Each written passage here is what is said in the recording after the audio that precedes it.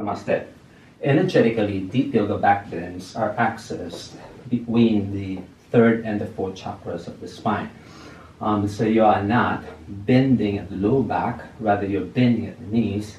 You're not bending at the hips, rather you're bending right through here. Around the space between the two big ribs. That's the space between the third and the fourth chakras of the spine.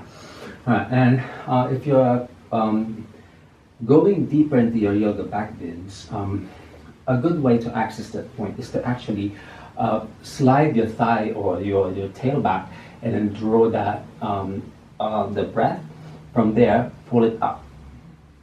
And you're gonna feel this space go really hollow and deep. This one, it goes inward and you're gonna suck it up. Like you are doing a slight internal rotation of the thigh, so you can just release the tail. I know at first it might seem counterintuitive doing that because commonly we thought that when the tail is sliding out, the lower back is compromised. No, yes. Trust that when your hips move forward later on, it will just naturally slide under, but you don't tuck it really too much. It will have its natural way of supporting your lower back, so don't worry about that. The most important point is the back bend is felt around this part of your spine and not in the lumbar spine and not down the hips. Worse, you're not bending at the knees, rather you're opening this part of the spine. So let's do that. Yeah.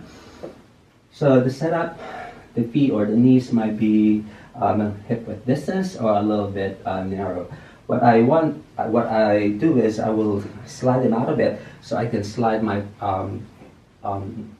tail back or the lower back, and from there I'm going to draw it forward and I'm going to pull it up to the vertical. Remember, it's vertical. Don't push the pelvis forward. Like you want to create that long vertical line first. See? And then from there, right, you're going to pull the space up as the upper back opens or the upper chest opens wide. And then from there, lift and hang the arm bones up. Yeah? And when you slide the arm bones back, but don't squeeze them, they hang up and they scoop. That they hang towards the back and you slide them up. In that way, the shoulders don't get in the way of opening the really center of the back bend, which is this part of the spine. Right? So let's do that. Now slide the thighs back a bit. Draw it from there. Just inhale, roll it up. Okay? Yeah. So release the tail so you can access this point. And then lift back up to the vertical and then suspend the weight forward. Yeah, and then from there, relax the arms. Yeah, you might do your final adjustment. Breathing in, open the space up, keep the tummy muscles long and thin, all the way to your mid-spine. Yeah, open up the throat, breathing in, okay, and then see how I approach my back bend. Yeah, pull the space up. Right? Don't open the throat too much yet. Later on, you will do that. Keep the space lifted forward and up. See? Alright, and then when you will feel it that the space or there's a point there that will just it doesn't grab, but it holds your lower spine all the way down to the hip steady as the space opens, and the upper back can just suspend beautifully behind you. Yeah? Open up. Good. And from there, inhale forward and up. Exhale, forward and back. Inhale, forward and up. Exhale, forward and back. And there you will feel that point really open deep. Loosen the arms, breathing in. And then you're going to open the throat so the neck will not feel heavy. Pull the space in and back as you inhale. This is inhale. See, inhale. Exhale, up and back. Inhale, forward and up. Exhale, up and back. Yeah, the exhalation is up there. You are lifting and ascending and suspending up. That's the exhale. Yep. Inhale, forward and up. Exhale, up and back. And there you're going to feel the space really open. There's no pressure in the low back. Good. Breathing in, let the arms externally rotate. Good. Easy, easy. Throw your knees down. If you feel the lower back contracts, loosen a bit. Slide the torso up a bit. Pull the space in and up. And suspend.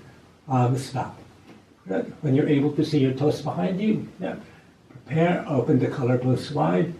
Rolling the arms. Let the arms just go loose. All right. Keep the space nice and thin. Pull the space up. Yep, there. You're able to reach for your heels. All right. Even in here, you don't want to drop this sudden. Loosen a bit. Slide it up. Yep. As you slide it up, push through the knees. Arms loose. Open the front and work progressively to adjust the hands. Breathing in. Feel the space. It goes down and back. So this part of your spine opens wide up and back. There we go. Yeah, inhale it. And here, at the top of that inhalation, take a light clip of breath. Keep the space open. And place your elbows to the ground. Yeah? And then just adjust. Good. And then from there, even in here, you're going to keep the hips back a bit so you can access the mid-spine forward and up. Right, and when you're ready to release, inhale, press through the knees, slide your hips back, move this forward and up. Inhale, inhale, inhale. Right, you might place your hands to the floor. Right, and to create a little adjustment. Right, release any imbalance.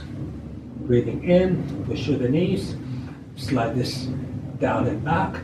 Move this forward and up. And then from there, suspend, inhale, and come back up to your center. All right, hips fold, draw everything up to the vertical, and you reset. And then you work your next element. So that's how you open the mid-spine when you're doing your back bend, so that you are not bending through that low back, your low back all the way down to your hips. They remain neutral actually, even if you're, well, somehow they feel neutral. When you're curly back, the opening of the spine is felt predominantly around this part. Yeah, energetically it's between the third and the fourth chakras of the spine. And after that, I don't really suggest you to go to a deep flexion.